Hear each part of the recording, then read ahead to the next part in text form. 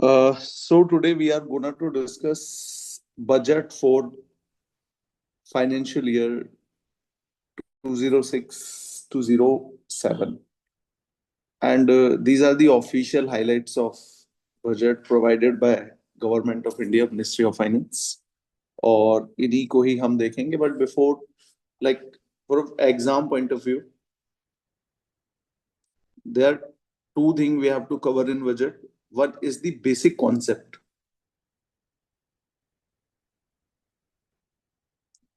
Basic concept of budget, and another is the current budget, all the policies, all the program data, है ना, certain key concept या key term used in the particular budget.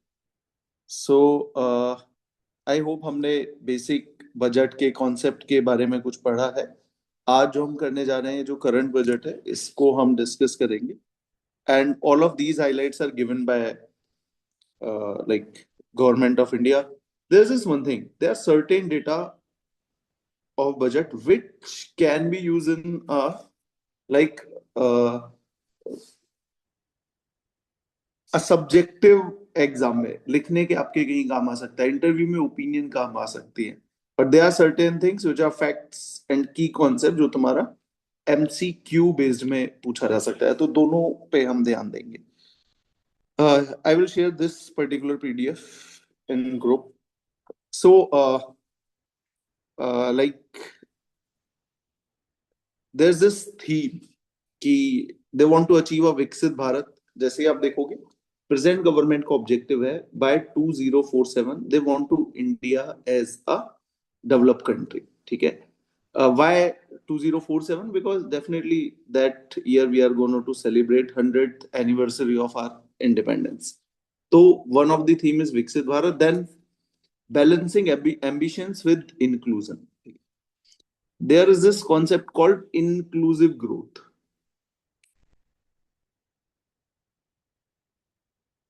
जैसे आप पढ़ोगे और इन Hindi we can say सबका साथ सबका विकास, है ना. तो इंक्लूसिव ग्रोथ पे बहुत फोकस है. इंडिया में अगर आप देखेंगे one of the criticism of India's growth story is कि हम ग्रो तो कर रहे हैं, ग्रोथ तो है.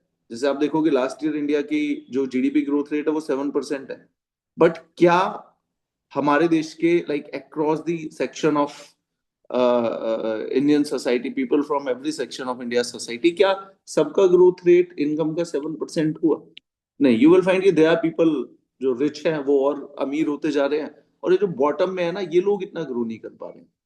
ठीक है. अगर आप पिछले 10 साल में देखेंगे जो लेट से बॉटम के 30% लोग हैं, क्या उनकी लाइफ में भी इतना ड्रास्टिक चेंज आया है? ये सिर्फ अमीर और अमीर होता जा रहा है. तो इंक्लूसिव ग्रोथ का मतलब है हम ग्रो करें, सारे लोग ग्रो करें. एंड सिर्फ ये इंक्लूसिव ग्रोथ सिर्फ अमीर और गरीब लोगों तक रिलेटेड नहीं है, इसकी बहुत सारी भी डायमेंशन है. जैसे रीजनल इम्बैलेंस ना हो. ऐसा ना हो कि हमारे देश के बस शहरी ग्रो करें, या हमारे देश की कुछ सदर्न स्टेट या वेस्टर्न स्टेट से ग्रो करे, बिहार ग्रो ना करे, बंगाल ग्रो ना करे.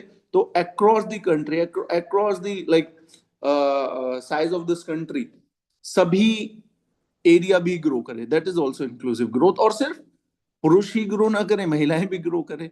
ठीक है ना. और सिर्फ वीकर सेक्शन भी ग्रो करें. तो there are multiple dimension of this. और सभी सेक्टर्स ग्रो करें. ऐसे नहीं है कि कुछ सनराइज सेक्टर है वही ग्रो करें, कुछ सेक्टर डाउन में चले जाए. नो. तो inclusive growth is very like broad spectrum, जहां पे हम बात करते हैं कि सबको साथ लेके चले, सभी रीजन को, सभी लोगों को है, सभी सेक्टर को. ठीक है. तो ये था. अब देन एम है ट्रांसफॉर्म एस्पिरेशंस इनटू अचीवमेंट. ठीक है. Potential into performance, stability. ये कैसे करोगे? There has to be stability. Stability from कोई पॉलिटिकल क्राइसिस ना हो, है ना.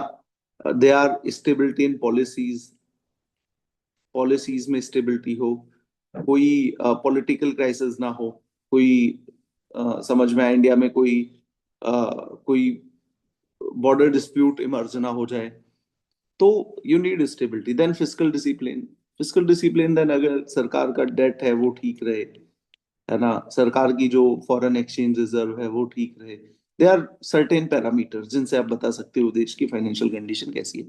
सस्टेन्ड ग्रोथ, ठीक है, ग्रोथ है ना, सस्टेन करे, ऐसा ना हो कि आप तो इस फाइनेंशियल ईयर में तो 7% के रेट से ग्रो रहे फिर कम हो गया, नहीं, there continuity in growth, and then inflation should be moderate, ठीक है।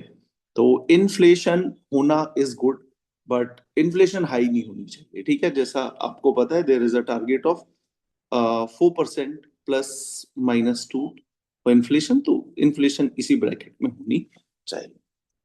आप सभी लोग सुन पा रहे हो, आवाज सभी लोगों तक आ रही है? तो एक बार यस सर। बताइए। यस। Yes sir. ठीक, तो जो भी तुम्हारे डाउट हो, anything you want to ask, anything you want to say, कुछ भी पूछना है जो भी है, तो आप बता सकते हो, ठीक है। देन इन्होंने बोला कि 7% का ग्रोथ रेट इज गुड, अच्छा है, no doubt, it's good for economy as large as India, है ना, with a base of 4.5 trillion. तो 4.5 ट्रिलियन पे 7% इज गुड, बट क्या it is are best? No. तो अगर आप देखेंगे इंडिया का बेस्ट, इंडिया का पोटेंशियल 10% का है, लेकिन इसको अचीव करने में है ना बड़ा एक, there is this huge gap and बहुत सारे चैलेंजेस हैं। You need to do certain reforms, और शायद डेमोक्रेटिक कंट्री है, इतना पॉसिबल भी ना हो, ठीक है। देखो ये जो ग्रोथ की जर्नी है ना, कोई भी देश अगर हाई रेट से ग्रो होता है, तो there like it's a very ruthless process. You need ruthless execution of laws, strict labour laws, और जो एक डेमोक्रेसी में थोड़ा पेनफुल लगता है, ठीक है। और अब इस सोशल मीडिया के टाइम में, लेट्स से कोटू 50 साल पहले जाओ, किस तरीके से कोरिया इंडस्ट्रियलाइज हुआ या किस तरीके से चाइना इंडस्ट्रियलाइज हुआ, बहुत वहां पे लेबर का बहुत एक्सप्लॉइटेशन है। तो मतलब तुम एक कंफर्टेबल लाइफ के साथ ग्रो नहीं कर सकते। फॉर एग्जाम्पल लेट्स से आज ही देखो ना, एक गरीब व्यक्ति है, तो अगर उसे certain level of economic growth पे पहुंचना है ना, तो बहुत हार्ड वर्क करना पड़ेगा, ठीक है। रिक्शा वाला कैन नॉट से कि मैं 5 days अ वीक काम कर रहा हूँ, 2 दिन मेरे लेजर के लिए, नो, ठीक है ना। You do not have that much of liberty, नहीं होता है आपके पास। तो अब एक डेमोक्रेटिक कंट्री में ही करना मुश्किल है। You can not make labour laws which look like exploited from like outside, आप ऐसा नहीं कर सकते। In China you can do this, ठीक है। कभी अमेरिका में भी होता था, just read the history of America, कि जब अमेरिका में इंडस्ट्रियल रिवॉल्यूशन हुआ तो किस तरीके से वहां पे एनवायरनमेंट को पॉल्यूट किया गया, लेबर का एक्सप्लॉइटेशन किया गया, तब जाके सर्टेन, क्योंकि देखो एक कॉम्पिटिटिव वर्ल्ड है, तो किसी के पास कैपिटल है। अब एक देश जिसके पास कैपिटल भी नहीं, उसके पास लेबर है, तो तुम्हें कहीं वो इफिशियंसी लेबर से ज्यादा काम करा के निकालनी पड़ेगी। That's like simple bitter truth. तो मैं बता रहा हूँ it's challenging, it's not that much easy India to achieve a growth rate of 9% और 10%, it's very difficult, but yes we have a potential to grow at the rate of 10। तो अभी 7 था, 7 कैसे हुआ, तो उन्होंने उसके पीछे सर्टेन बताए हैं, रीजंस बताए हैं। मॉनेटरी स्टेबिलिटी थी, पब्लिक इन्वेस्टमेंट पे फोकस था, citizen benefit from government action, manufacturing capacity, energy security, import dependency को कम किया गया, ये पढ़ लेना, बेसिक चीजें थी। देन युवा शक्ति ड्रिवन बजट, यूथ के लिए कुछ किया होगा। दी फोकस ऑन पुअर, हमेशा किसी भी डेमोक्रेटिक गवर्नमेंट में, in a democracy government also have to work for poor, और पुअर का आपको ध्यान रखना होता है, स्पेशली इन डेमोक्रेसी। मैं ये नहीं कह रहा कि डिक्टेटरशिप में, नॉन डेमोक्रेसी में आप ध्यान नहीं देते, वहां पे भी देते हो, बट डेमोक्रेसी में ऑलवेज, ऑलवेज गरीब, पिछड़े हुए, हमेशा यू विल फाइंड ना, always these keywords are on the like, हमेशा पॉलिटिशियन यही बोलते रहेंगे, गरीबों के लिए, पिछड़ों के लिए, किसान के लिए, महिलाओं के लिए, स्टूडेंट के लिए, because these are the majority in a country. You cannot come to power without like bringing their issues, without addressing their issues. So the focus on poor, disadvantaged or underprivileged group, definitely किसी भी एक ideal government का, एक ideal government का, ideal society का हमेशा focus होना चाहिए गरीब लोगों पे, अंडर प्रिविलेज लोगों पे, disadvantage. So this is like democracy, this is equality. तो इन्होंने बोला हमारे कर्तव्य हैं, फर्स्ट कर्तव्य है accelerate and sustain economic growth, और ज्यादा रेट से बढ़ाएं और सस्टेन करें, लोगों के एस्पिरेशंस पूरी करें, विजन ऑफ सबका साथ सबका विकास, ठीक है। तो this is also like taken from a ancient wisdom, जिसमें है वासुदेव कुटुंबकम, है ना, this one world is one family, तो सबका साथ सबका विकास। अह, ठीक है, देन ठीक है, कुछ बोला हुआ है, पढ़ लेना क्या क्या करने जा रहे हैं। इंडियाज रिफॉर्म एक्सप्रेस, इन्होंने बोला है, see for any system to bring efficiency and productivity you have to focus on reform. आप देखो ना, हमेशा आईफोन के भी सॉफ्टवेयर के अपडेट्स आते रहते हैं, तो updation is a continuous process, reform is a continuous process. No system is perfect, but there are loopholes, आप उनको प्लग करते हो एंड, है ना, रिफाइन बनाते जाते हो। तो किसी भी देश में लॉज को बार बार, रूल्स को, लॉज को, पॉलिसीज को चेंज करना, फीडबैक लेना, फिर कुछ इंप्रूवमेंट करना, this is a constant process, this is a constant phenomena. But होता क्या है, जब एक सर्टेन सेटअप होता है तो उनको चेंज करना थोड़ा रिस्की भी होता है। तो यहाँ पे बोल रहे हैं we are a reform express, हम बहुत सारी चीजों को चेंज कर रहे हैं, बदल रहे हैं, रिफॉर्म कर रहे हैं। तो government has undertaken comprehensive economic reform towards creating employment, boosting productivity, and accelerating growth. Okay, so why you are implementing reform? Because you want to achieve productivity को बढ़ाना है, इकोनॉमिक ग्रोथ को एक्सेलरेट करना है, और एम्प्लॉयमेंट बढ़ाना है, that's why.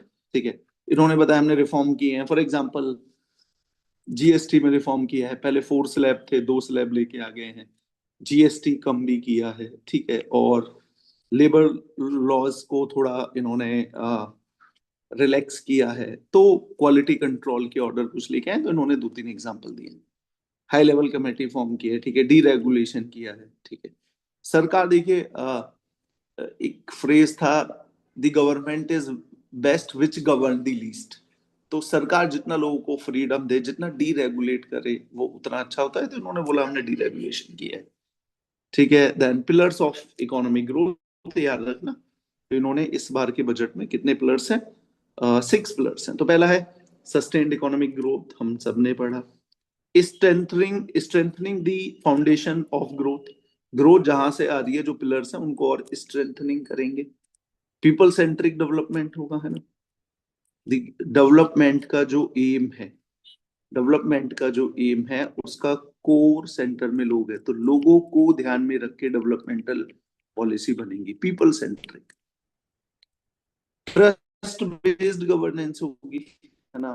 पहले आप देखिए बहुत सारी चीजों में लाइक बहुत सारी चीजों में आपको, लोगों को, सरकार लोगों पे ट्रस्ट नहीं करती थी। जैसे कोई आपको डेटा देना है तो हम बोलेंगे उससे सर्टिफाइड करा के दो। इफ एक व्यक्ति अपने आप में कोई एफिडेविट में दे रहा है अपना डेटा, तो उसको भी हम नहीं मानते थे, वी वांट सर्टिफिकेशन। तो यहाँ पे ट्रस्ट बेस्ड गवर्नेंस, बहुत सारी चीजें। And ease of doing business, ease of doing business simply talks about, कोई दिक्कत नहीं, वही 8:30 बजे, ठीक है। तुम तो निकलोगे ना 8 बजे, ठीक है, कोई इशू नहीं। So back to the topic, ease of doing business. कभी मतलब एग्जाम एग्जाम दे लो ना, और कभी टाइम मिले तो एक रिपोर्ट पढ़ना, वर्ल्ड बैंक पब्लिश करता था ईज ऑफ डूइंग बिजनेस। 2020 के बाद शायद वो रिपोर्ट बंद हो गई, अब नहीं आती। Ease of doing business talks about कि किसी भी देश में प्रोडक्शन के लिए क्या पैरामीटर्स हैं, किसी भी देश में अगर प्रोडक्शन सस्ते रेट में हो रही है, वहां पे क्यों हो रही है। तभी तुम्हारे भी तो दिमाग में क्वेश्चन आता होगा, ओके, कैन यू गेस, चलो आप सभी लोगों के लिए, कैन यू गेस कि why China makes even certain basic product at a very less cost. Basic चीजें, पहले हमारे व्हाट आई से, हमारे जो होली के फेस्टिवल में कलर्स चाइना से आ रहे हैं, हम पतंग उड़ाते हैं, वो धागा चाइना से आ रहा है। हम कोई फेस्टिवल सेलिब्रेट कर रहे हैं, राखी चाइना से आ रही है रक्षाबंधन पे. So can you tell me, and these are not product which are very basic project. ये है, बेसिक है. कोई ऐसा नहीं है कि टेक्नोलॉजी लेड है, हमारे पास टेक्नोलॉजी नहीं है, we can produce, but China सस्ते में बना देता है. तो ऐसा चाइना क्यों कर पाता है? What do you think? The cheap labor is the first, and सुनो, another is China large. China में labour cost is more than India. So the scale of production. Scale of production that's a चलो different debate, but labour तो मतलब scale तो production तुम भी कर सकते हो ना, हु इज स्टॉपिंग यू? तो चाइना Mm. में लेबर कॉस्ट हमसे ज्यादा है, हमसे ज्यादा, इंडिया से अच्छी खासी ज्यादा. कभी पढ़ना ease of doing business report, I guess 160 plus parameter है जो ये डिसाइड करते हैं कि किसी भी देश में मैन्युफैक्चरिंग कॉस्ट क्या होगी क्या नहीं होगी. तो इन्होंने बोला ईज ऑफ बिजनेस करने को इजी बनाएंगे, रहने को अच्छा करेंगे, एंड देन फिस्कल मैटर्स. तो ये 6 से इन पे काम करेंगे. सस्टेन्ड इकोनॉमिक ग्रोथ कैसे करेंगे भाई, है ना? वो बोल तो दिया, लेकिन सिर्फ बोलने से थोड़ी ना होगा. You have to present hard facts to prove your point. तो उसके लिए उन्होंने सर्टेन चीजें बताई हैं. मैन्युफैक्चरिंग सेक्टर पे फोकस करेंगे, सेमीकंडक्टर, बायोफार्मा, शक्ति, है ना, रेयर अर्थ, परमानेंट मैग्नेट्स, इन पे काम करेंगे. तो इन्होंने दे रखा है टेक्सटाइल सेक्टर पे ध्यान देंगे. ठीक है, ये सर्टेन की एरियाज हैं. टैक्स में रिफॉर्म करेंगे टू बूस्ट मैन्युफैक्चरिंग सेक्टर, उसके लिए इन्होंने कुछ बताया है. जहाँ पे इन्होंने कई सारी चीजें बोली हैं. हम्म, ठीक है, देख लेना. नॉट बहुत सिग्निफिकेंट नहीं है जिसपे एमसीक्यू बने, इसलिए मैं नहीं बता रहा हूँ. जहाँ पे आएगा I will tell you. Duty free imports करेंगे कुछ प्रोडक्ट का. ठीक है, तो ऐसे ही करके exemption from basic custom duty on specific part in manufacturing microwave ovens, है ना. बाहर से आप मंगाते होंगे अवंस को बनाने के लिए, उन पे टैक्स लगता होगा, तो उस टैक्स को हम एग्जेम्प्ट कर देंगे. तो आप इजीली उनको मंगा पाओगे कम रेट में, तो तुम देश में बनाओगे. तो ऐसे ही करके बहुत सारी चीजें इन्होंने बोली हैं. Then three prong approach to help MSME as grow as a champions. Okay, MSME हम उन फर्म्स को बोलते हैं माइक्रो, स्मॉल, मीडियम. ये जितनी भी फर्म होती है ना, they are very labour intensive. ये बहुत लेबर इंटेंसिव होती हैं. ये कैपिटल इंटेंसिव इंडस्ट्री नहीं है. फॉर एग्जांपल अगर आप देखें महिंद्रा जो कार प्रोड्यूस करता है, that is a very capital intensive industry. वो इतने लोगों को एम्प्लॉयमेंट नहीं देता होगा. मतलब अगर आप प्रोपोर्शनेट में देखें कि लेट्स से महिंद्रा का टर्नओवर 20,000 करोड़ था, तो उस 20,000 करोड़ की प्रोडक्शन में कितने लोगों को जॉब दी? तो अगर आप वो एमएसएमई से देखें तो ये प्रोपोर्शनेटली ज्यादा देता है, 10 टाइम ज्यादा देता है, ये जॉब देता है. तो एमएसएमई सेक्टर हमारा वो है. और देख होता क्या है ना, जो आज एमएसएमई है, छोटी कंपनियां, they have the potential to grow big company. तो हमें इन पे ध्यान देना है. MSMEs are the key pillar. ये वो कंपनियां होती हैं, और आपको बता दूं, माइक्रो में होता है शायद इनकी इन्वेस्टमेंट होती होगी कितना, यानी 1 CR तक है, ये 1 से 5 CR तक है, ऐसे कुछ है. ये 50 CR तक है, 50 करोड़ तक की इन्वेस्टमेंट है, तो मीडियम बनेगी, ऐसे करके है. तो इन पे स्पेशल फोकस है. तो इन्होंने बोला 3 prong अप्रोच है to grow as a champion MSME sector को. ठीक है, सबसे ज्यादा लोगों को जॉब देता है. तो कभी भी आप बोलो you have to focus on small industries. बड़ी इंडस्ट्रीज बहुत ज्यादा लेबर इंटेंसिव नहीं है, तो इन पे हमें अलग से फोकस करना होता है. एंड एक और भी चीज है, MSMEs they need the hand holding and support of government. ठीक है ना. बड़ी कंपनीज हैं, अगर कुछ नॉर्मल सिचुएशन में they can operate their own, they can arrange, like technology खुद अरेंज कर लेंगे, मैन पावर खुद लेके आ जाएंगे, कुछ क्राइसिस आएगा अपने फाइनेंस मैनेज कर लेंगे. गवर्नमेंट को नॉर्मल केस में हैंड होल्डिंग की जरूरत नहीं. ठीक है, बट एमएसएमईज को जरूरत है.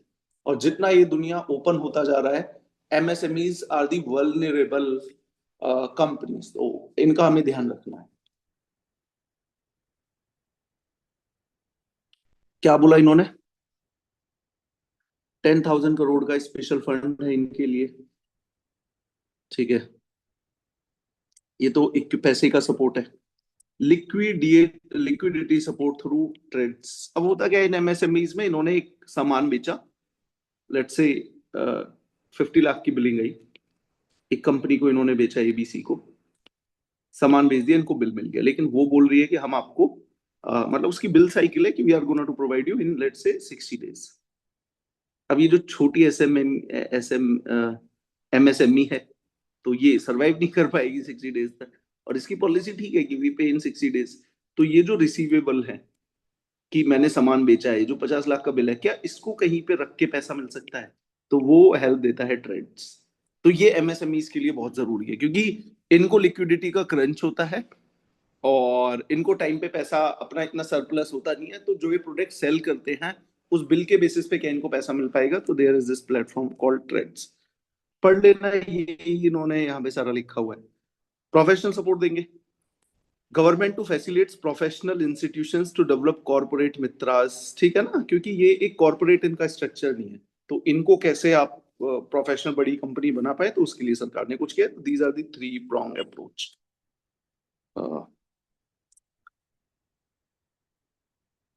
ठीक है, इसके बाद है renewing the emphasis, service sector पे भी ध्यान देंगे। सर्विस सेक्टर को हम बहुत समय तक वो कर रहे थे, तो अब ध्यान देंगे, ठीक है। एजुकेशन तो पढ़ लेना, ऐसा ही है। हाँ, ये अच्छा है, केयर इकोसिस्टम, ठीक है। कुछ भी establishing 5 hubs for medical value tourism. अब देखो, मेडिकल टूरिस्ट इंडिया में बहुत आते हैं, तो उनके लिए we are gonna to create 5 hubs बनाएंगे पूरे देश में, सो दैट उनको वहां पे सारा एक अच्छा इकोसिस्टम मिल पाए और वो अच्छे से हम कम से कम ज्यादा हेल्थ सर्विसेज बेच पाए। This is very interesting. Till then अगर आप देखेंगे,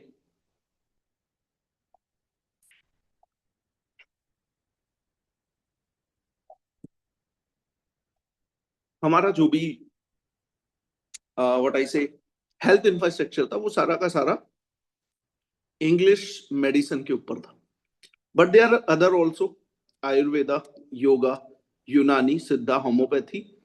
तो इन्होंने क्या करा, इस सरकार ने, इन्होंने ये जो बाकी और ट्रेडिशनल मेडिसिन के तरीके थे, इनको भी प्रमोट करने की कोशिश की। ये नहीं कह रहे कि हम सारे अस्पताल बंद करके अब तो आयुर्वेदा से इलाज करेंगे, no, but we also have to do research in this also, है ना। नेचुरोपैथी, अब आप देखो ना, बहुत सारे आदिवासी, उनको भी फीवर आता होगा, उनके भी पेन होता होगा, तो हाउ दे मैनेज, दवाइयां तो वो खाते नहीं है, तो उनका एक ट्रेडिशनल मेडिसिन सिस्टम होगा ना। तो we are gonna to like protect and promote this traditional medical system.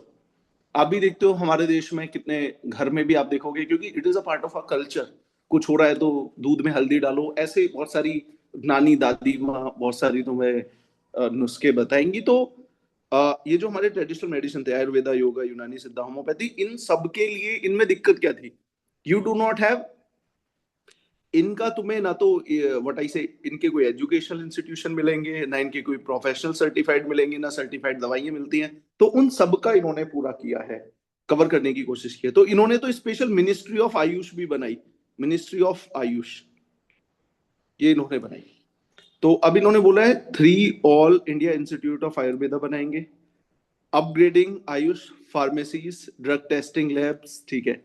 और एक डब्ल्यूएचओ का भी वो है, global tradition medicine centre, WHO भी उस पर बहुत काम कर रहा है, तो उसके स्टैंडर्ड के हिसाब से सारी चीजें करें। तो that's a very good thing. उसके बाद है क्रिएटर इकोनॉमी पे इन्होंने बोला है ना। अब कॉलेज में तुम्हें सिखाएंगे, है ना, व्लॉगिंग कैसे करना है, तो सिंपल सा ही है, क्रिएटर इकोनॉमी पे ध्यान देंगे, डिजाइन पे, स्पोर्ट्स को प्रमोट करेंगे, खेलो इंडिया मिशन। हमारे देश में अगर आप देखोगे ना, स्पेशली शायद तुम सभी लोगों ने भी देखा होगा ना कि इन इंडियन एक्स्ट्रा, अगर तुम बिल्कुल ही इलीट क्लास से नहीं हो, तो यू विल फाइंड कि in middle Claas India games खेलना इज अ सिन, है ना। कोई पेरेंट्स अप्रिशिएट नहीं करते कि बच्चा अगर खेल रहा है तो दे विल से कि भाई पढ़ो, खेलना नहीं है। But we want to promote Khelo India mission, कि बच्चे गेम्स की तरफ जाएं, तभी तो हम स्पोर्ट्स में इंटरनेशनली अच्छा करेंगे, तो उसको भी प्रमोट करने की कोशिश कर रहे हैं, ठीक है। एजुकेशन पे फिर उन्होंने बोला है 5 यूनिवर्सिटी टाउनशिप, गर्ल हॉस्टल बनाएंगे स्टेम में, stem institution, science, technology, engineering, ऐसे है। तो इसमें क्या है, लड़कियों का एनरोलमेंट थोड़ा सा कम होता है, one of the factor is safety also, तो अगर कॉलेज के आसपास हॉस्टल होगा प्रमोट करेगा। तो ये है, टूरिज्म को प्रमोट करेंगे, ठीक है। टूरिज्म मैंने आपको बताया था लो हैंगिंग फ्रूट है, लो हैंगिंग फ्रूट है। आप बहुत कम कॉस्ट में बहुत ज्यादा इससे रेवेन्यू जनरेट कर सकते हैं। और टूरिज्म से जो पैसा मिलता है ना, वो बहुत इंक्लूसिव होता है।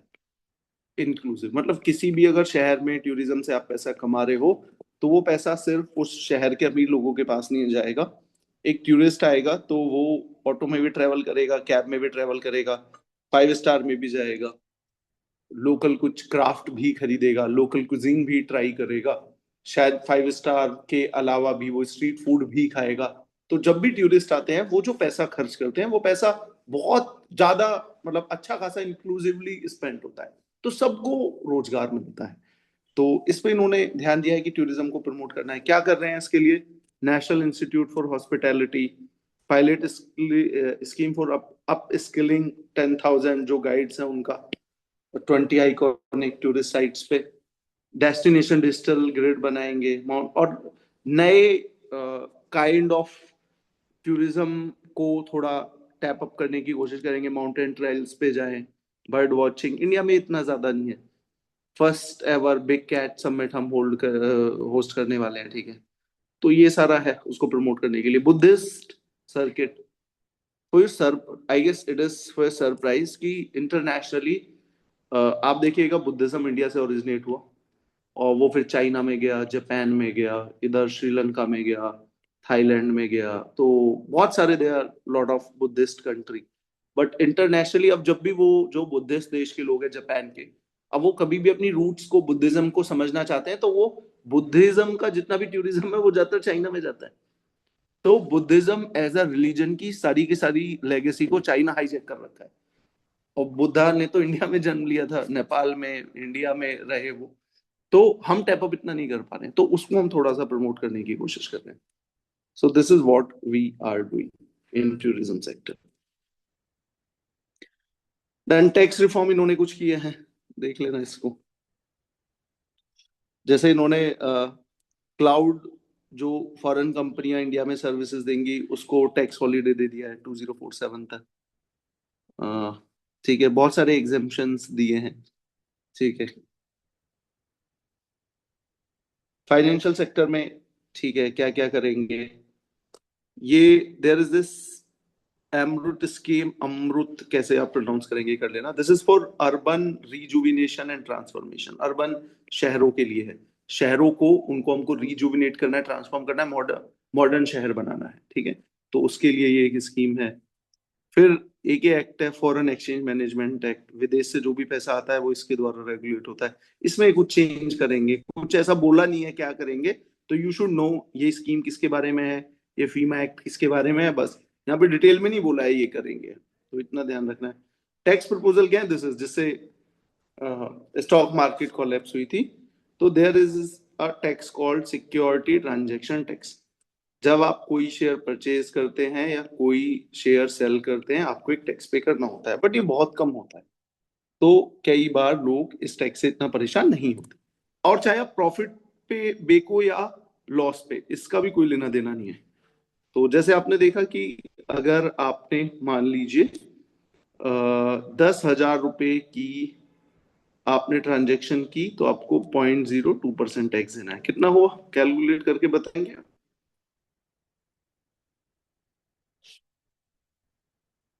कितना होगा 10,000 रुपए पे 0.02%? बेटा मैथ्स वगैरह थोड़ा पढ़ो, ठीक है। तो ये पहले फ्यूचर्स पे 0.02% था, अब बढ़ के 0.05 हो गया है। और ऑन फ्यूचर्स पे और ऑप्शंस पे ये options and exercise of option to be raise from 0.15 था, तो इसमें भी कुछ इन्होंने चेंजेस किए हैं। बस ये STT याद रखना, सिक्योरिटी ट्रांजैक्शन टैक्स। ये लगता है on the trade off stocks, और एक लगता है CTT, कमोडिटी ट्रांजैक्शन टैक्स। ये लगता है on the sale and purchase of commodities. अगर आप गोल्ड खरीद रहे हो, सिल्वर खरीद रहे हो, तो वहां पे यू हैव टू पे STT CTT। तो दो ये टैक्स होते हैं, STT और CTT। इंक्रीजिंग फार्मर्स इनकम, देखो मैंने आपको बताया है हमारे देश की 40% population is depend upon agriculture. हमारे देश की 17% GDP is depend upon agriculture. Agriculture is very crucial. ठीक है, तो वहां पे इन्होंने बोला है क्या क्या करेंगे हम। पढ़ लेना, कुछ ऐसा गेम चेंजिंग नहीं है।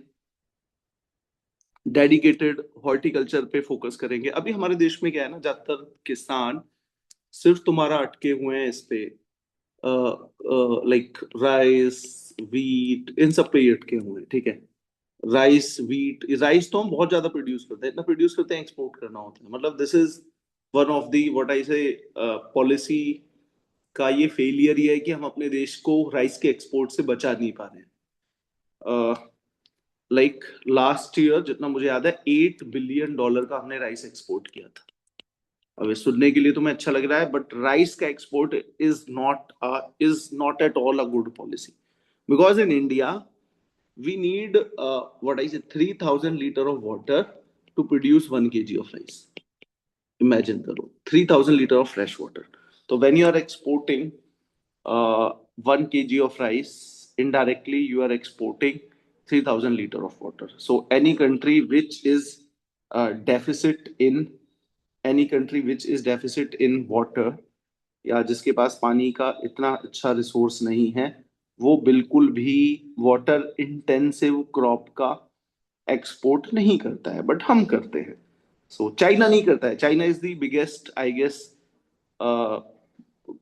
कंज्यूमर, और एक तो हम है शायद। कंज्यूमर चाइना है, या चाइना शायद प्रोड्यूसर है। हाँ, प्रोड्यूसर भी चाइना राइस का सबसे ज्यादा है, एक्सपोर्टर नहीं है, but we are the exporter. ठीक है, तो हम कोशिश कर रहे हैं हॉर्टिकल्चर की तरफ आए। ठीक है, तो ये भी अच्छा है, हॉर्टिकल्चर की तरफ शिफ्ट करें, इसमें ज्यादा इनकम है। ठीक है, देखो ये रहा ना। ठीक है, तो ये हमें थोड़ा ध्यान रखना है। तो इन्होंने दो तीन चीजों पे फोकस करा है। ये मैंने आपको अल्टीमेट पॉलिसी ऑब्जेक्टिव बताया कि सीरियल से इनको हॉर्टिकल्चर की तरफ लेके आए, फ्रूट्स पे लेके आए, फ्लावर्स पे लेके आए, इन पे हम लेके आए।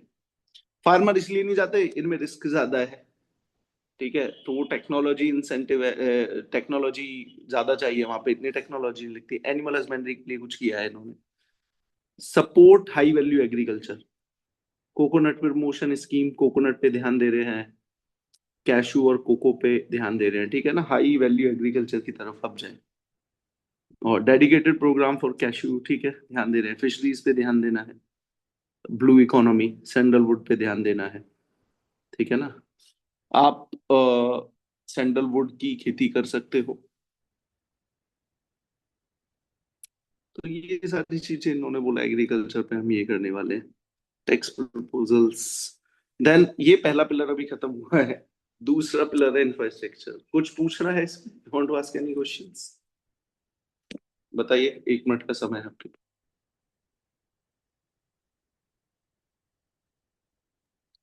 So what do we mean by animal husbandry?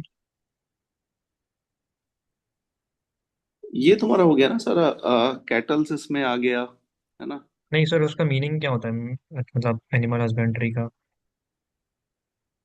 क्योंकि आई गेस अभी ऐसा कोई तो मैंने भी नहीं करा। क्योंकि हम्म, कॉन्स्टिट्यूशन का शायद कोई ऐसा आर्टिकल है आई गेस, तो मैं हाँ उसकी वजह 48, से पूछ। आर्टिकल 48 ओ, है। ओके ओके, हाँ तो मैंने इसलिए पूछा सर कि इसका रिलेवेंस क्या है, आई मीन इतना क्यों ध्यान दे रहे हैं ये। ये रहा ना, देखो वेटर, देखो एनिमल हस्बेंड्री जितना भी ये हो गया ना आपके, इसमें कैटल्स हो गए है ना, बफेलो हो गया मिल्किंग के लिए यूज होता है, शेप हो गया वो भी तुम्हारा, शीप वो यूज होता है तुम्हारा वूल के लिए। तो इन सब पे भी ध्यान देना ये है। ठीक है ना, डेयरी सेक्टर एनिमल हस्बेंड्री का पार्ट है। तो इसमें क्या क्या दिक्कतें हैं, देखो इन्होंने क्या बोला है। वेटरनरी, क्योंकि इनके कैटल के लिए you need medical system also, तो उसके लिए इन्होंने बोला है ब्रीडिंग को अच्छा करेंगे, हॉस्पिटल्स, डायग्नोसिस, ये सारा है। ठीक है ना, देखो ये क्या होता है, एग्रीकल्चर एंड अलाइड सेक्टर में आता है। अलाइड में क्या हो गया, तो तुम खेती बाड़ी कर रहे हो, खेती नहीं कर रहे, देन व्हाट, डेयरी है। डेयरी किसका पार्ट है? एनिमल हस्बेंड्री का पार्ट है। और क्या होगा? और तुम्हारा मीट आएगा, वो भी एनिमल हस्बेंड्री सेक्टर का पार्ट है। ठीक है ना, तो ये है, हो गया।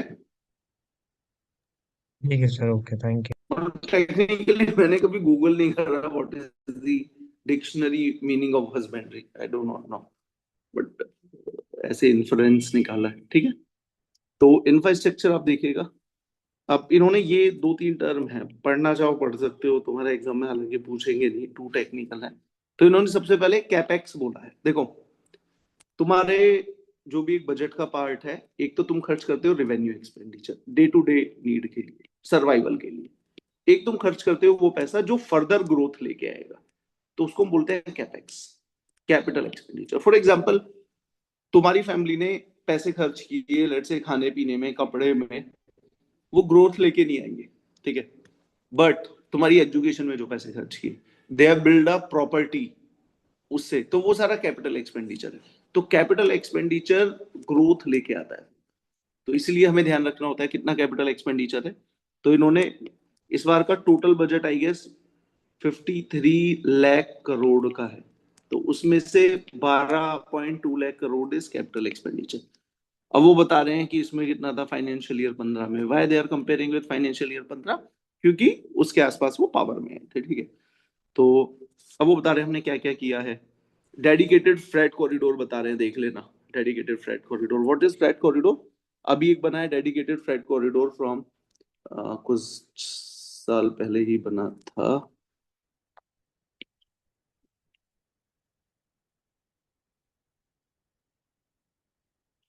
फ्रॉम दिल्ली टू बॉम्बे, इसको हम बोलते हैं दिल्ली मुंबई फ्रेट कॉरिडोर। और इसके आसपास इंडस्ट्रियल टाउन भी डेवलप है, DMIC। तो यहाँ से स्पेशल ट्रेन है, दिल्ली से जाएगी, दिल्ली नहीं, technically from my city greater Noida से जाएगी सीधा बॉम्बे 24 आवर में। इससे पहले अगर आपको कोई कार्गो भेजना है वो 3 से 4 दिन लेता है, अब 24 घंटे में आप भेज दो। ट्रांसपोर्टेशन और लॉजिस्टिक इसको बोलते हैं, दिस इज, ये ईज ऑफ डूइंग बिजनेस में आता है। ये जितना इफिशिएंट ट्रांसपोर्टेशन होगा उतने ज्यादा कॉस्ट कम होगी। तो चाइना का एयर ट्रांसपोर्टेशन अमेजिंग, ठीक है ना। पहले इमेजिन करो 3 से 4 दिन लगते थे, अब 2 दिन लगते हैं, वो प्रोडक्ट एक 24 घंटे में आ जाएगा। तो ऐसे ही अब ये बना रहे हैं, सूरत को कनेक्ट कर रहे हैं किसी ईस्ट लोकेशन से। तो dedicated from Dankuni in east to Surat in west, ठीक है। तो ऐसे सी प्लेन को प्रमोट कर रहे हैं, ठीक है। They are focusing on east, north east पे फोकस कर रहे हैं, पूर्वोदय उसको नाम दिया है। East industrial, not not north east, eastern area पे फोकस कर रहे हैं। तो इन्होंने बोला है ये हम स्पेशल इंफ्रास्ट्रक्चर के लिए कर रहे हैं। Ensuring long term energy security and stability, it is very important for India. देखो, इंडिया 87% जो ऑयल है वो इम्पोर्टेड है। अब दिक्कत क्या होती है, अगर इंटरनेशनली कोई भी टर्मोइल आता है, कोई भी पॉलिटिकल क्राइसिस आता है, डॉलर का रेट ऊपर नीचे चला जाता है, तो हमारे देश में तेल महंगा हो जाता है। और तेल कहीं ना कहीं बहुत मेजरली हमारी इकोनॉमी को इम्पैक्ट करता है, which is not in our hand. तो ऑयल प्राइस का बहुत ज्यादा फ्लक्चुएट करना, सप्लाई का रुकना, ये बड़ी प्रॉब्लम क्रिएट करता है इंडिया के लिए। तो इंडिया में लंबे समय में एनर्जी सिक्योरिटी और स्टेबिलिटी के साथ एनर्जी सप्लाई होती रहे, इट इज वेरी इंपॉर्टेंट। तो उसके लिए इन्होंने बताया कि व्हाट वी हैव डिड। तो अजी बहुत सारे इन्होंने फोकस किए होंगे कि सोलर की तरफ जा रहे हैं, ठीक है। तो पढ़ लेना इनको, क्या क्या इन्होंने किया। न्यूक्लियर पावर पे फोकस कर रहे हैं। एनर्जी अभी तो हम ऑयल से ले रहे हैं ना, तो see now how you are gonna to ensure energy security. या तो ऑयल सप्लाईज को तुम और अच्छा करोगे, इंडिया में प्रोडक्शन बढ़ाओगे, या एनर्जी का जो ऑयल सोर्स है इसको सब्सिट्यूट करोगे। तो इन्होंने बोला है सोलर गैस, सोलर ग्लासेस हो गया, न्यूक्लियर हो गया, लिथियम आयरन बैटरी हो गया, डिफरेंट डिफरेंट चीजों से, CNG हो गया, इसको हम डाइवर्सिफाई भी करने की कोशिश करें। Urbanisation again, cities are not just, cities are like what I say, development islands of India. They create huge economic potential. They are the, what I say, flag bearer of India's development. तो urbanisation को ध्यान में रखना है। उसके लिए इन्होंने क्या बोला है, amplify the potential of cities, ठीक है, ग्रोथ कनेक्टर्स। तो जो जो मेन शहर है उनको रोकें, कनेक्ट करेंगे। तो 7 हाई स्पीड रेल कॉरिडोर्स बनाएंगे, पुणे बॉम्बे के बीच में, Pune Hyderabad, Hyderabad to Bengaluru, Hyderabad to Chennai. Imagine करो, फ्रॉम डायरेक्टली बॉम्बे से you can go to Pune, then Hyderabad, then Bengaluru, Chennai, Chennai से दिल्ली से वाराणसी। तो ये अच्छी बात है, ठीक है। People centric development. अब ये कैसे है, building a strong care ecosystem, care generating allied services, ठीक है। केयर इकोनॉमी पता होगा तुम्हें, एक और चीज है जिसके लिए इन्होंने इस बजट में अच्छा खासा एक वो दिया है, दिव्यांग कौशल योजना। जब भी हम स्किल डेवलपमेंट की बात करते हैं, अब आप इमेजिन करो हमारे देश में ये जो डिसेबल्ड लोग हैं इनके लिए हमने कितना कम किया है। कुछ नहीं किया हमारे देश में, ये प्रायोरिटीज पे नहीं थे, है ना। आप देखो हमारे देश के कितना जो सिटी का अ, हमारे देश के जो शहर हैं उन शहरों का कितना इंफ्रास्ट्रक्चर एक्सेसिबल है डिसेबल्ड लोगों के लिए। आपने पुराने रेलवे स्टेशन पे जाके देखे कितने रेलवे स्टेशन में एलिवेटर हैं, कितने रेलवे स्टेशन में लिफ्ट हैं, पहले थी नहीं। हाई हाई फ्लोर बसेस चलती थी, कितनी पब्लिक बिल्डिंग्स में लिफ्ट आज भी नहीं है।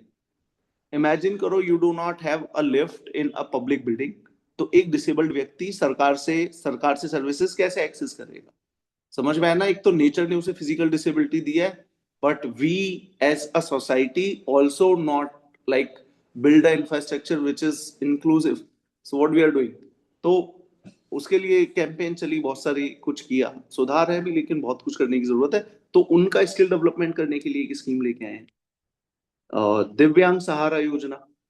Timely access to high quality उनको असिस्टिव डिवाइस दे पाए हम, ठीक है। आर्टिफिशियल लिम्स मैन्युफैक्चरिंग को प्रमोट कर रहे हैं, पीएम दिव्यांग, ठीक है। तो बहुत इस बार इन्होंने इस पे फोकस किया है। तो ये है। अब ये देखो, ये बिल्कुल देखो, तुमने एक चीज देखा, मीडिया ने भी ये बिल्कुल भी हाईलाइट नहीं किया दिव्यांग के लिए कुछ भी किया।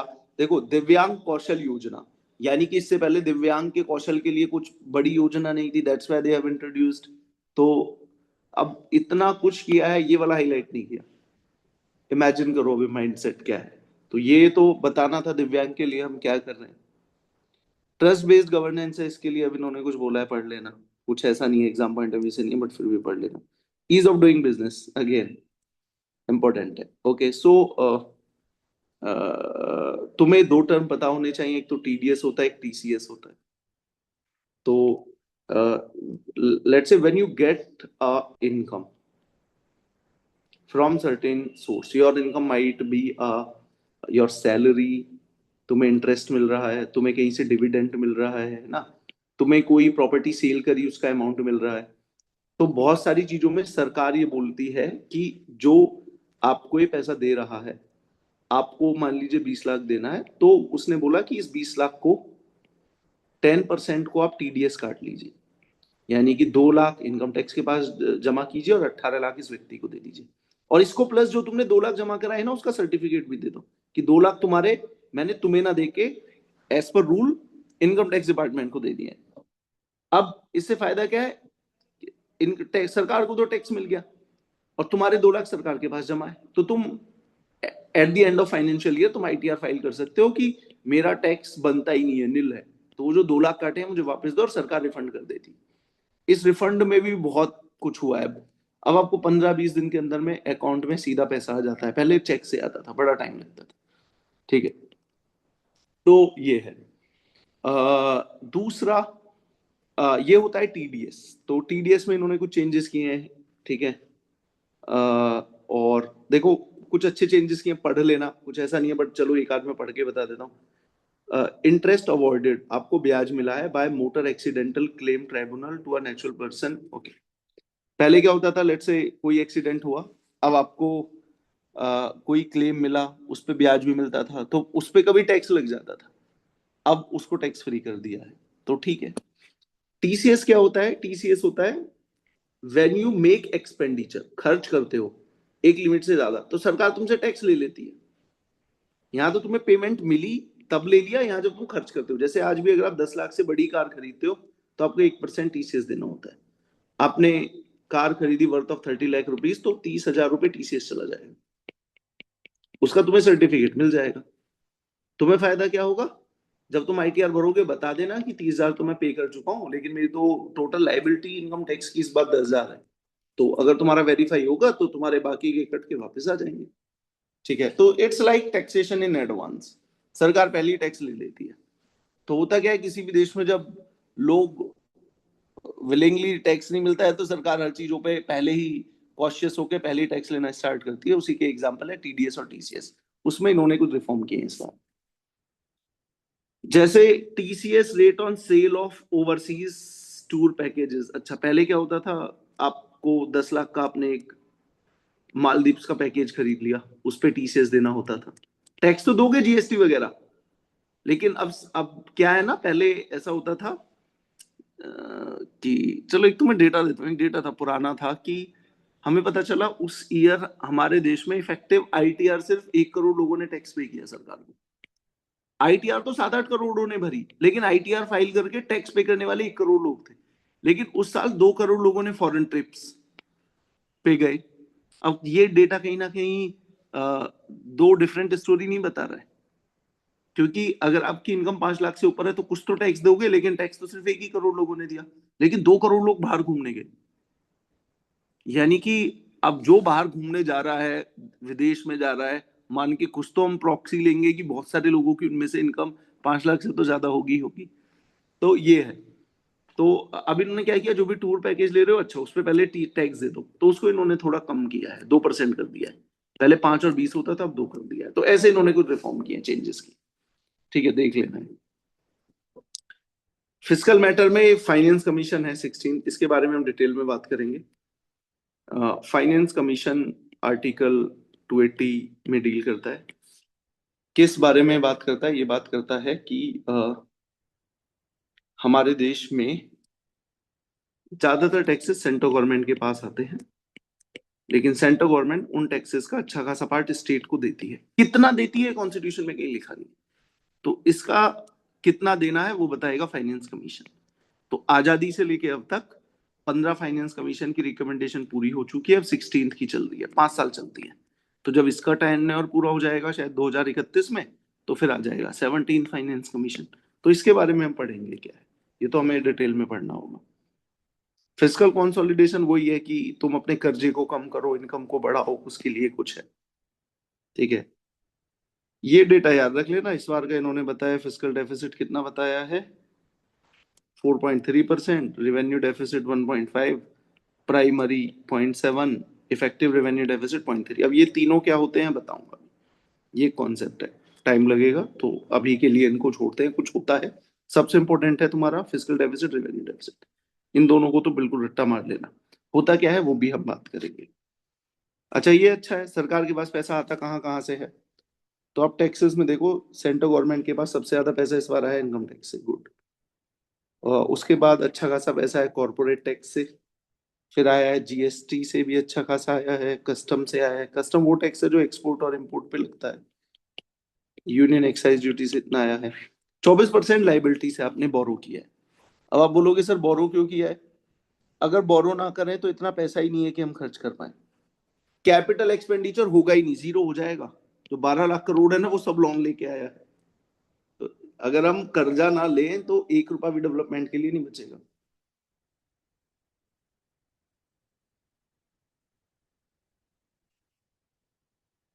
ठीक है, और रुपीज जा कहाँ कहाँ पे रहा है ये भी आप देख लेना। देखो, अच्छा इंटरेस्ट पेमेंट पे, चलो तुम्हें एक डेटा देता हूँ। हमारे पास इस बार जो इनकम टैक्स इंडिविजुअल लोगों ने इनकम टैक्स पे किया है ना, वो टोटल मिला के होगा अप्रोक्स 14 लाख करोड़ रुपीस। भारत के जितने लोग इनकम टैक्स पे करते हैं इंडिविजुअल, उन सब का टैक्स मिला के 14 लाख करोड़ है। लगभग उतना ही 12.8 लाख करोड़ तो हमने ब्याज पे कर दिया। इमेजिन करो। तो सारे लोग बोलते हैं ना, हम टैक्स पे करते हैं, टैक्स पे करते हैं, पैसा कहाँ जा रहा है? जितना इस देश के सारे लोगों ने मिलकर इनकम टैक्स पे किया, लगभग उतना तो सरकार ने ब्याज पे कर दिया।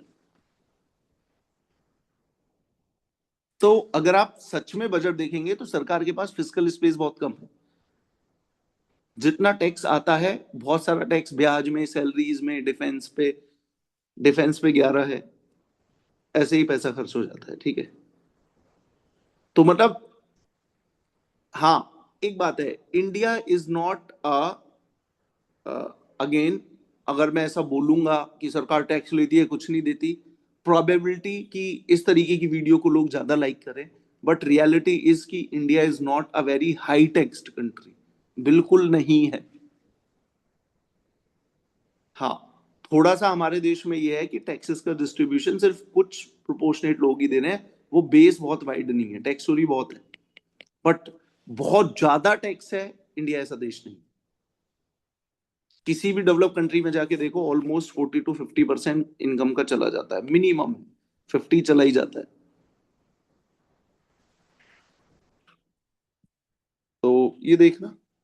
बट ये है कि अगर आप ये वाली डिबेट कहीं पब्लिक में बोल रहे हो तो यू हैव टू से कि सरकार कुछ नहीं कर रही है, ऑलवेज इतना पैसा लेती है, हर चीज पे टैक्स है।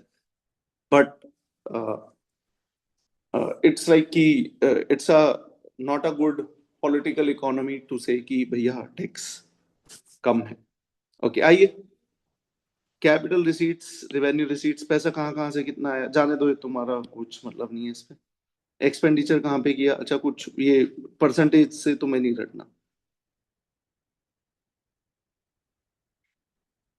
राज्यों को कितना दिया वो बता रहा है, हाँ ये देख लेना। Expenditure of major item, transportation पे इतना खर्च किया है, डिफेंस पे इतना, डिफेंस पे अच्छा खासा इस बार खर्च किया है, rural development, home affairs, agriculture, education, ये इन्होंने पूरा डिटेल से बता रखा है कितना कितना हमने खर्च किया है। ये डेटा आपके लिए पढ़ सकते हो, कहीं आर्ग्यूमेंट वगैरह में बोल सकते हो। ओके ठीक है, बजट का ये वाला जो सरकार की तरफ से स्लाइड से सारा मैंने करा दिया है। So you can ask whatever you want to ask, आपके पास टाइम है। ये वाली पीडीएफ मैं अभी आपको शेयर कर रहा हूँ, आपको ग्रुप में मिल जाएगी। You have like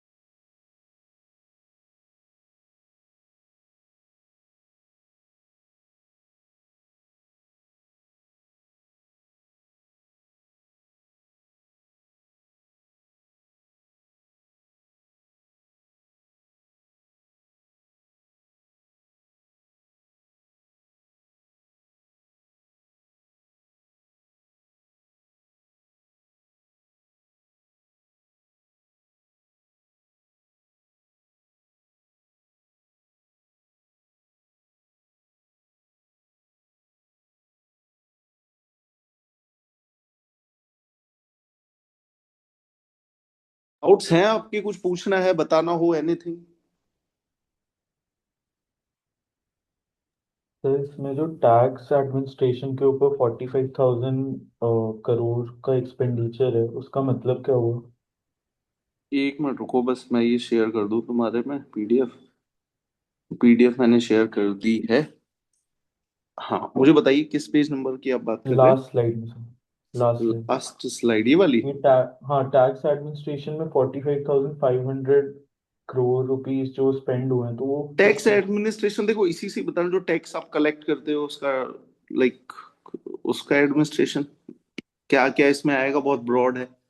tax administration पे क्या करते हो, टेक्नोलॉजी लेके आए होंगे, बहुत सारी चीजें। मतलब इनकम टैक्स डिपार्टमेंट का नहीं जो बहुत सारी, tax- अरे इनकम टैक्स नहीं बहुत है, ये कॉर्पोरेट हो गया, कस्टम हो गया, पोर्ट पे हाँ कुछ वो, किया होगा, बहुत बहुत ब्रॉड है।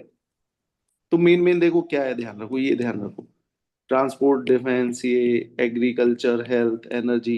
हेल्थ पे कितना खर्चा किया है ना, ये सारी मेन मेन चीजें देखो। फिर अब तो देखो एक चीज ये है इसमें ना। बताओ।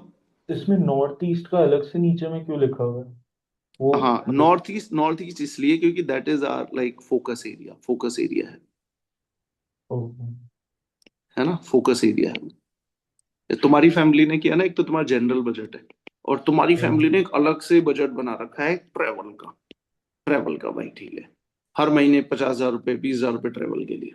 तो that means the priority of your family is travel. कुछ ओके। भी हो सकता है ना, तो जिस किसी चीज पे तुम अलग से फोकस कर रहे हो उसके लिए मेड अ सेपरेट बजट। ठीक है, exam for point of view से एग्जाम्पल जो बाकी के जो टॉपिक्स है, जैसे आईटी एंड टेलीकॉम, कॉमर्स हो गया, तो इन सब चीजों में फिर जो नॉर्थ ईस्ट का जो है वो डिडक्ट करके नहीं नहीं ये नहीं, ये हाँ, अब ये जाएगा कहाँ पे, दैट इज लाइक कि हो सकता है इनमें से ही किसी हेडिंग पे वो खर्च हो रहा हो, है ना, राइट। कि मतलब ये जो पैसा गया हो सकता है इसका कुछ परसेंटेज इंफ्रा पे लगा हो। भाई पैसा किस पे खर्च करोगे, इंफ्रा पे खर्च करोगे, हेल्थ पे खर्च करोगे, कम्युनिकेशन पे, इन्हीं इन्हीं हेडिंग पे खर्च होगा। राइट। ऐसा नहीं है कि इन सबको छोड़ के, तो बट ये है कि स्पेशल एक पैकेज बन गया। इमेजिन करो ना, इट्स लाइक वो कि तुम्हारी फैमिली का नॉर्मल बजट है, फिर एक एक बच्चे के लिए अलग से बजट बना दिया कि मेरे चिंटू के लिए 10,000 रुपए का महीने का एजुकेशन बजट का। अलग है, ठीक है ना? तो you are focusing on that thing, कैसे भी ओके। समझ सकते हो। ओके, तो ये सारा एक बार देख लेना, इनको जाने देना, ये जो परसेंटेज में जो भी है ना तुम्हारा कुछ वो मतलब नहीं है, इसको देख लेना थोड़ा, पैसा आ कहाँ से रहा है, जा कहाँ से रहा है, डेफिसिट देख लेना, इनको डिटेल में पढ़ लेना, पढ़ना चाहो तो तुम्हारे इंटरव्यू वगैरह में बहुत हेल्प करेगा। And this is like the official document of government, तो अच्छा ही है। ठीक है, any other point by any other student you want to ask anything till now what we have read, कुछ भी आपको समझना हो, जानना चाहते हो?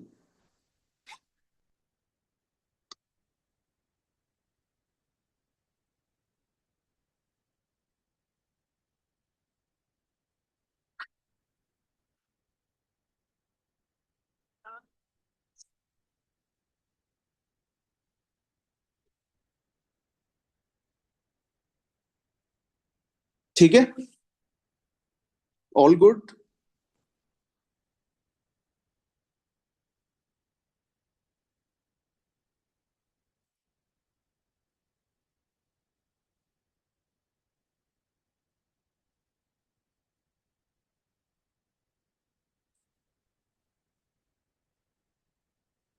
अगर आपको कुछ भी इस जो मैंने आपको डॉक्यूमेंट दिया है इसमें there are certain concept like deficit वगैरह, वो समझ में शायद ना आए, लेकिन रट लेना भी कि कितना है फिजिकल डेफिसिट, कई बार आ जाता है।